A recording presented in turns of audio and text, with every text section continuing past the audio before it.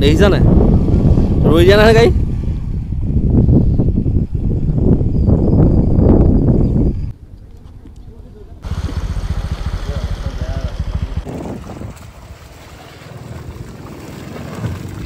ভাল কষ্ট পাইছে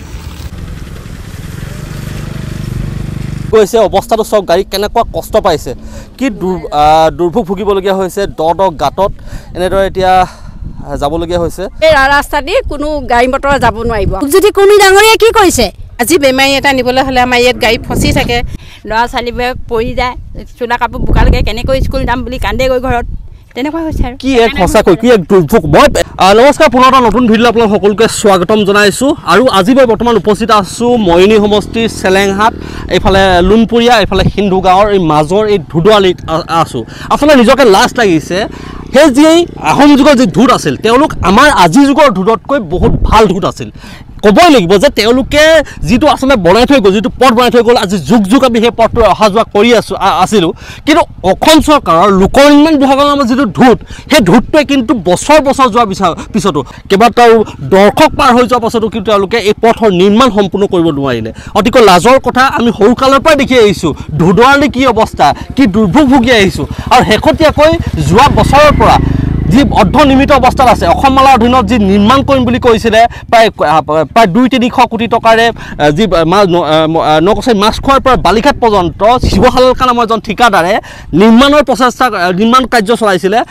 বাটে বাটে য'তে ত'তে খান্দিলে য'তে ত'তে মাটি পেলালে কেনেকুৱা এক দুৰ্ভোগ কেনেকুৱা এক যাতনা ভুগিবলগীয়া হৈছে ৰাইজে পথচাৰীয়ে মৃত্যু ইয়াত গাড়ী লাগি ধৰিছে গাড়ী আবদ্ধ হৈ পৰিছে আৰু এইসকল লোক দেখিছে স্থানীয় লোক লুণপুৰীয়া গাঁৱৰ লোক সিন্ধু গাঁও বহুত সংখ্যক লোক আছে অতিষ্ঠ হৈ আজি তেওঁলোক ওলাই আহিছে আচলতে খুব এক দুখ লগা খুব এক আচলতে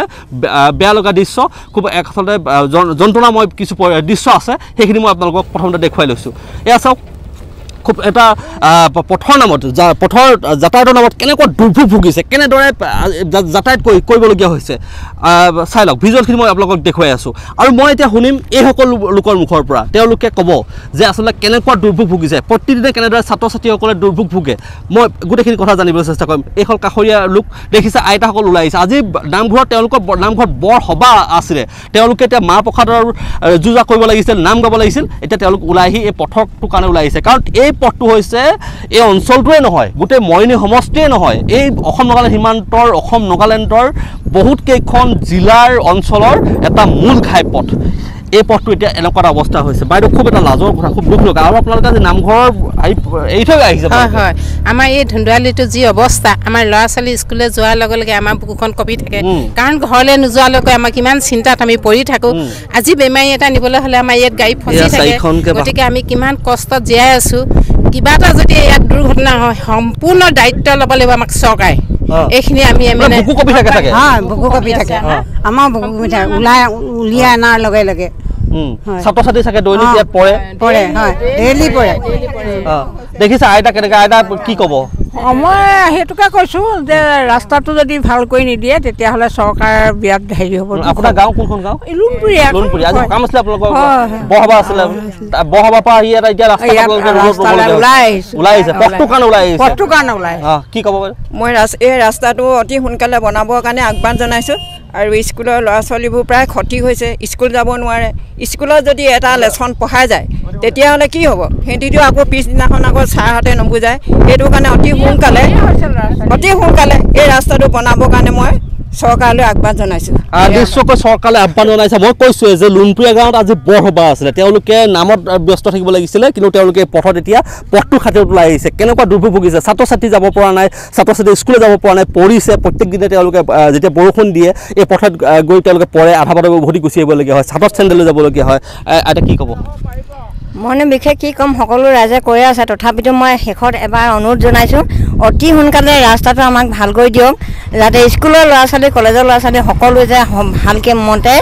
স্কুললৈ কলেজলৈ যাব পাৰে তাই মই অনুৰোধ জনাইছোঁ কি ক'ব ময়ো ক'ম যে ৰাস্তাটো চৰকাৰে ভাল কৰি দিয়ক আমাৰ ল'ৰা ছোৱালী স্কুল যোৱা বহুত কষ্ট আছে মোৰ ঘৰৰ ল'ৰা এটা সেইদিনা লুটি খাই পৰিছে দুখ পাইছিলে নেকি দুখ অলপ পালে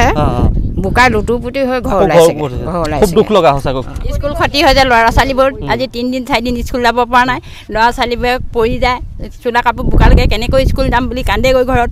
তেনেকুৱা হৈছে আৰু কি এক সঁচাকৈ কি এক দুৰ্ভোগ মই এটা কথা বুজি পোৱা নাই এই পথটো দেখিছে এবছৰ 1.5 বছৰ বন্ধ হৈ আছে এই পথটো বাৰু কোনো ঠিকাদাৰে কাম আৰম্ভ কৰা নাই ঠিক আছে কিন্তু লোক নিৰ্মাণ বিভাগ এটা আছে জিলা প্ৰশাসন আছে তেওঁলোকে বিৰাট দুগাৰী তেওঁলোকে পাথৰ পেলাব পাৰে পথটো সুচল কৰিব পাৰে তেওঁলোকে ক'ত হৈ আছে অতিকৈ গুৰুত্বপূৰ্ণ কথা কি কৰি আছে লোক নিৰ্মাণ বিভাগে লোক নিৰ্মাণ বিভাগ বৰ্তমান শুই আছে আৰু লোক নিৰ্মাণ বিভাগে যদি ৰাস্তাটো মেৰামতি কৰি দিব নোৱাৰে আমি এটা কথা তেওঁলোকক স্পষ্টভাৱে ক'ব বিচাৰিছোঁ আমাক নতুন ৰাস্তা নালাগে আমাক পুৰণা ৰাস্তাটো আপোনালোকে ঘূৰাই দিয়ক যিটো আমাৰ ঐতিহাসিক পুৰণা যিটো ধুদুৱালি আছিলে আমাক সেইটো ৰাস্তাটোকে ঘূৰাই দিয়ক আমাক নতুন ৰাস্তা আমাক প্ৰয়োজন নাই যিহেতু আপোনালোকৰ নতুন ৰাস্তা পিনে চাবলৈও সময় নাই গতিকে আমাক নতুন ৰাস্তাৰ প্ৰয়োজন নাই আমাক পুৰণা ৰাস্তাটোকে ঘূৰাই দিয়ক দ্বিতীয় কথাটো মৰিয়নি সমষ্টিৰ বিধায়ক আৰু যোৰহাট লোকসভা সমষ্টিৰ সাংসদজন অকমন্য অপদাৰ্থ দুইজন অকমন্য অপদাৰ্থ এইটো কাৰণে ক'বলগীয়া পৰিছোঁ যোৰহাট লোকসভা সাংসদজন কালি এইটো ৰাস্তাই গৈছে আৰু মৰিয়নি সমষ্টিৰ বিধায়কজন এইটো ৰাস্তাই খুব সঘনাই অহা যোৱা কৰি থাকে বিয়া সভা কিন্তু খাবলৈ যাব পাৰে নিৰ্বাচনৰ সময়ত তেওঁ ভোট ভিক্ষাৰ সময়ত একদম ঠিক সময়ত আহিব পাৰে আৰু যোৰহাট লোকসভা সমষ্টিৰ সাংসদজনো একেই ভোট ভিক্ষা ঠিক সময়ত খুজিবহি পাৰে কিন্তু ৰাইজৰ যেতিয়া বিপদ হয় তেওঁলোকে কিন্তু ৰাইজৰ সকলো বিপদত পিঠি দি থাকে আজি আহিছে নেকি কেনেবাকৈ বিধায়ক কাবাক দেখিছে নেকি বিধায়ক দেখিছে নেকি এনেকুৱা অৱস্থাত আহিব লাগে লাগে আহি অহাই নাই আজিতো অকণমান শুকানে হৈছে কালি পৰহি যিটো অৱস্থা ইয়াত একদম আমাৰ ঘৰৰ ওচৰতে আমি দেখি আছোঁ কিজানি 4টামান বজাৰ পৰা ডাঙৰ ট্ৰাক এখন লাগি আছে একদম ট্ৰাকখন ৰাতি কিজানি 12টামান বজালৈকে ৰাখি 3টামান বজাত ট্ৰাকখন ওলাই গৈছে আৰু কালি এখন এম্বুলেঞ্চ লাগি ধৰিছে সেইকাৰণে সোনকালে এইটো হ'ল ধুদৰ-আলি আগৰ আহোম দিনীয়া এটা সন্মানীয় আলি আহোম ৰজাসকলে এটা সন্মানীয় আলি মই বিজেপি চৰকাৰক অনুৰোধ জনাইছোঁ বিশেষকৈ আমাৰ বিশেষকৈ এম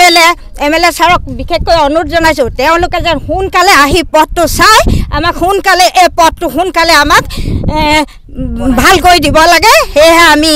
বিনম্ৰ তেওঁক অনুৰোধ জনাইছোঁ আৰু সোনকালে তেওঁ আহক আৰু আমাৰ গৌৰৱ গগৈ ডাঙৰীয়া তেওঁক আমি ইমান সুখ্যাতিৰে ইয়াৰ পৰা আমাক জিকাই পঠাইছোঁ তেওঁ আহক তেওঁ তিতাবৰ সমষ্টিৰ মানুহ তেওঁ আহক আৰু ধুদলটো চখি তেওঁ এবাৰ আৰু সোনকালে যেন আমাক বনাই দিব পাৰে আমাৰ ল'ৰা ছোৱালীবোৰ বৰ কষ্ট হৈছে গাড়ী মটৰ কষ্ট হৈছে সেই হেতুকে মই বাৰম্বাৰ অনুৰোধ কৰিছোঁ আহে যেন তেওঁলোকে বাইদেউ আছে কি ক'ব বাইদেউ মই আমাৰ বিধায়ক মহোদয়ক অনুৰোধ জনাইছোঁ অতি শীঘ্ৰে আহি তেওঁ ৰাস্তাটো মেৰামতি কৰি আমাৰ স্কুলীয়া ছাত্ৰ ছাত্ৰীৰ লগতে আমাৰ যিখিনি বেমাৰী আজাৰীৰ পৰা আদি কৰি যিখিনি মানুহ যাতায়াত হ'ব লাগে তেওঁলোকৰ যেন সুচাৰুৰূপে অহা যোৱা কৰিবলৈ সুগম কৰি দিয়ে তাৰ বাবে অনুৰোধ জনাইছোঁ আৰু গৌৰৱ গগৈ ডাঙৰীয়াকো আমি অনুৰোধ জনাইছোঁ তেওঁ হয়তো চেনেলৰ ইয়াতো আহিছে যদিও নাজানো কিন্তু চেনেলৰ যোগেদিয়ে আমি অনুৰোধ জনাইছোঁ তেওঁ যেতিয়া আমাৰ সাংসদ আহি যাতে তেওঁ লোক নিৰ্মাণ বিভাগক কৈ এই ৰাস্তাটো পাথৰ পেলাই মেলি সুচল কৰি দিয়ে ল'ৰা ছোৱালী স্কুললৈ অহা যোৱা কৰিবৰ কাৰণে আৰু মানে যিটো গ্ৰাম্য পথেদি 2-1 ল'ৰা ছোৱালীবোৰ অহা যোৱা কৰিছে কিন্তু সেই গ্ৰাম্য পথটো যদি বেয়া হৈ যায় তেতিয়াতো আৰু যাবলৈ একেবাৰে উপায় নাইকিয়া হ'ব সেইটো কাৰণে অতি শীঘ্ৰে আহি তেওঁলোকে আমাৰ ৰাস্তাটো সুচল কৰি আমাৰ কৰি দিয়ে যেন তাৰ বাবে আমি বিনম্ৰ অনুৰোধ যদি তেওঁলোকে এইটো কৰি নিদিয়ে কিন্তু আমি মহিলাসকলে আহি প্ৰতিবাদ কৰিম আৰু এই ৰাস্তাদি কোনো গাড়ী মটৰ যাব নোৱাৰিব আৰু তেতিয়া আমাৰ যি হয় হ'ব আৰু তেতিয়া নিশ্চয়কৈ খুব এটা গুৰুত্বপূৰ্ণ তেওঁ প্ৰতিবাদ কৰিম বুলি কৈছে যদি শীঘ্ৰে যদি পথটো নিৰ্মাণ কৰি নিদিয়ে এই মহিলাসকলে কৈছে পথটো বন্ধ কৰি দিব জনপ্ৰতিনিধিসকলে কিন্তু এইটো কথা গুৰুত্ব দিব লাগিব কিন্তু বৰ লাজৰ কথা হৈছে আজিলৈকে লোক উন্নয়ন বিভাগে কিন্তু এনেধৰণে তেওঁলোকে মই দেখিছোঁ এই পথটোত খুব বেছি 500 গাড়ীমান হয়তো শিল খালেহেঁতেন শিল যদি পেলাই অলপ যদি সুচল কৰিলে তেতিয়াও মানুহখিনিয়ে সকাহ পালেহেঁতেন কোৱাটো খুব লাজৰ কথা আছিলে আজি ক'বলৈ লাজ লাগিছে আমাক নিজকে মৰিয়নি সমষ্টি ধুদুৱালি আমি আছোঁ বৰ্তমান কি ক'ব আচলতে এইটো অতি লোক উন্নয়ন বিভাগ এটা আছে প্ৰশাসন আছে অসম চৰকাৰ আছে কিন্তু কাৰো কাণ নাই কোনো গুৰুত্ব নাই এজন বিষয়া ইয়াত আহি আজিলৈকে উপস্থিত হোৱা নাই ৰাইজে কিন্তু দুৰ্ভোগ ভুগি আছে হয় কথাটো নিশ্চয়কৈ আমি সঁচাই লজ্জিত হৈছোঁ এই ঐতিহাসিক ধুদুৱালি পথৰ যিটো বিধ্বস্ত ৰূপ সেই ৰূপটো চাই কোনো সদাশয় ব্যক্তিয়ে ক'ব নাই যে আমি আজি এখন উন্নত অসমত বাস কৰি আছোঁ আজি ৰাস্তাইদি অহা যোৱা পথাচাৰী হওক গাড়ী হওক ল'ৰা ছোৱালী স্কুল যোৱাই হওক সকলোৱে যি দুৰ্ভোগ ভুগিছে তাতকৈ আৰু নতুনকৈ বহলাই কোৱাৰ মানে কোনো প্ৰয়োজনেই নাই ল'ৰা ছোৱালীবোৰ যাব নোৱাৰে ৰাস্তাত পৰি যায় বোকা পানী লাগে গাড়ী আহি আধা ৰাস্তাৰ পৰা উভতি গুচি যায় এটা সৰু সুৰা গাঁৱৰ গ্ৰাম্য পথটা আছে সেইটোৱেদি সৰু সৰু গাড়ীবোৰ যাবৰ কাৰণে গাঁৱৰ ৰাইজে হয়তো সুবিধা কৰি থাকে কিন্তু ডাঙৰ গাড়ী গ'লে যদি ডাঙৰ গাড়ীবোৰ যদি সেইফালে গৈ থাকে তেতিয়া সেই ৰাস্তাটো এটা সময়ত বিধ্বস্ত ৰূপে দেখা দিব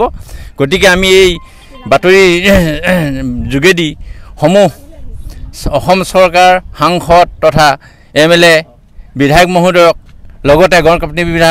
বিভাগৰ যিবিলাক কৰ্তৃত্বশীল বিষয়া তেখেতসকলে আহি ইয়াত সৰজমিন তদন্ত কৰকহি আৰু অতি সোনকালে আৰু এই ৰাস্তাটো যাতে চলাচল কৰিব পৰা ব্যৱস্থা কৰিব পাৰি তাৰ যেন ব্যৱস্থা লয় আমি তাকে অনুৰোধ জনাইছোঁ অন্যথা আমাৰ এই অঞ্চলৰ সমূহ গাঁওবাসী ৰাইজ এই ৰাস্তাক লৈ আমি অতিষ্ঠ হৈ পৰিব আৰু যাতায়াতৰ বাবে যথেষ্ট আমি অসুবিধাৰ সন্মুখীন হ'ম নিশ্চয়কৈ আচলতে ৰাইজ অতিষ্ঠ হৈ পৰিছে মই কৈছোঁ ৰাইজ অতিষ্ঠ হৈ পৰিছে আৰু এইটো যদি অতিষ্ঠতাটো যদি এইটো বিস্ফোৰণ ঘটিব ৰাইজৰ মাজত যিটো ক্ষোভৰ সৃষ্টি হৈছে বিস্ফোৰণ ঘটিবলৈ হ'লে কিন্তু কোনো নিষ্ঠা নাপাব কোনো জনপ্ৰতিনিধিয়ে কিন্তু নিষ্ঠা নাপাব জনপ্ৰতিনিধি বুলি ক'লে নহ'ব জনপ্ৰতিনিধিৰ দায়িত্ব কিন্তু পালন কৰিব লাগিব আপোনালোকে চাওক এখন যি আচলতে টিপাৰ আহি আছে কি দুৰ্গতি হৈছে চাওক আহি আছে মই দেখুৱাই আছোঁ চাওক আচলতে কেনেদৰে আহিছে দ গাঁতত কেনেদৰে আহিবলগীয়া হৈছে পৰিৱেশটো চাওক আচলতে খুব যাতায়াতৰ নামত আচলতে কেনেদৰে দুৰ্ভোগ ভুগিছে এই দৃশ্য মই দেখুৱাই আছোঁ আৰু এনেদৰে আচলতে ধুধুৱালিটোৰ ওপৰত মই আজি ধুধুৱালিটোৰ এই যিটো আচলতে বিধ্বস্ত ৰূপ এইটোকে আচলতে ধুধুৱালি বুলি এতিয়া ৰুমত ক'ব নোৱাৰি এইটো এটা গোবাট বুলি বৰ্তমান ক'ব লাগিব কাৰণ যিটো শোচনীয় অৱস্থা এইটো এটা যাতায়াতৰ কোনো পধ্যেই উপযুক্ত নহয় অনুপযোগী হৈ পৰিছে এই পথটো আৰু এই পথটো মেৰামতি কৰাৰ ক্ষেত্ৰত কিন্তু এতিয়ালৈকে কোনো ধৰণৰ লোক নিৰ্মাণ বিভাগে পদক্ষেপ গ্ৰহণ কৰা নাই ইয়াত 2-3 কাইমান ইয়াত যদি ভালকৈ যদি শিল পেলাই দিয়ে যাতায়াতৰ উপযোগী হ'লহেঁতেন কিন্তু সেই কামটোকে কিন্তু কৰা নাই লোক নিৰ্মাণ বিভাগে অতিকৈ অকমান্য বুলি কৈছোঁ জিলা প্ৰশাসন অকমান্য বুলি কৈছোঁ স্থানীয় প্ৰশাসন অকমান্য বুলি কৈছোঁ আৰু মই কৈছোঁ যে জনপ্ৰতিনিধি অকমান্য জনপ্ৰতিনিধি এই মেছেজটো এই কথাখিনি অন্ততঃ তেওঁ বুজিব লাগিছিল মইনী সমষ্টিৰ লগত সুখে দুখে থাকোঁ বুলি কয় ৰূপজ্যোতি কৰ্মী সদায় সুখে দুখে থাকিব বুলি কয় এই অৱস্থাটো এতিয়া প্ৰতিজন লোকে ভুগিছে প্ৰতিগৰাকী পথচাৰীয়ে কৈ গৈছে আমাক যে ৰূপজ্যোতি কৰ্মীয়ে কি কৰিছে উভতি যাবলৈ লৈছে এইসকল লোকে নহয় আচলতে এইটো পথৰে অহা বহুত লোক উভতি গুচি গৈছে আৰু যদি কিছুৱে সাহস কৰি গৈছে অৱস্থাটো চাওক গাড়ী কেনেকুৱা কষ্ট পাইছে কি দুৰ্ভোগ ভুগিবলগীয়া হৈছে দ গাঁতত এনেদৰে এতিয়া যাবলগীয়া হৈছে কেনেকুৱা কষ্ট পাইছে বাইদেউ কি ক'ব আচলতে খুব বেয়া লগা দৃশ্য বহুত বেয়া লগা দৃশ্য আজি স্বাধীনতাৰ ইমান দিনৰ পিছতো যদি আমাৰ এনেকুৱা ৰাস্তা হ'বলৈ হয় মন্দিৰে মানে কি কৰিছে কি চাই আছে ৰূপজ্যোতি কৰ্মী ডাঙৰীয়াই কি কৰিছে আপুনি কোৱা আপোনাৰ ঘৰ মোৰ ঘৰ মৰাবজাৰত মই ইয়াত বিয়া হৈছোঁ নকচাই দেবেৰাপাৰলৈ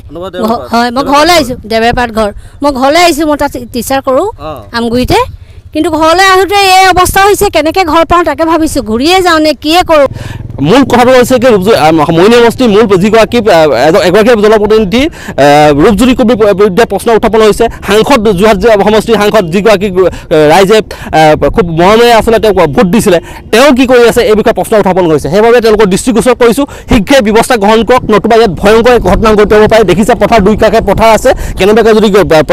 যাত্ৰীবাহী কিবা যদি গাড়ী যদি কেনেবাকৈ পাল্টি হ'বলৈ হয় বা বাগৰিবলৈ হয় তেতিয়া কিন্তু ভয়ংকৰ ঘটনা ঘটিব আৰু তেতিয়া কিন্তু কান্দি সাহায্য প্ৰদান কৰি আচলতে আভুৱা ভাবিলে নহ'ব এই ঘটনাৰ কিন্তু দায়িত্ব আপোনালোকে ল'ব লাগিব ভিডিঅ'টো ইমানে আছিলে যদি ভিডিঅ'টো উপযোগী ভাবিছে তেতিয়া লাইক কৰিব কমেণ্ট কৰিব শ্বেয়াৰ কৰিব আৰু মোৰ যদি কথা গৈ চেনেলটো ছাবস্ক্ৰাইব কৰি ৰাখিব ধন্যবাদ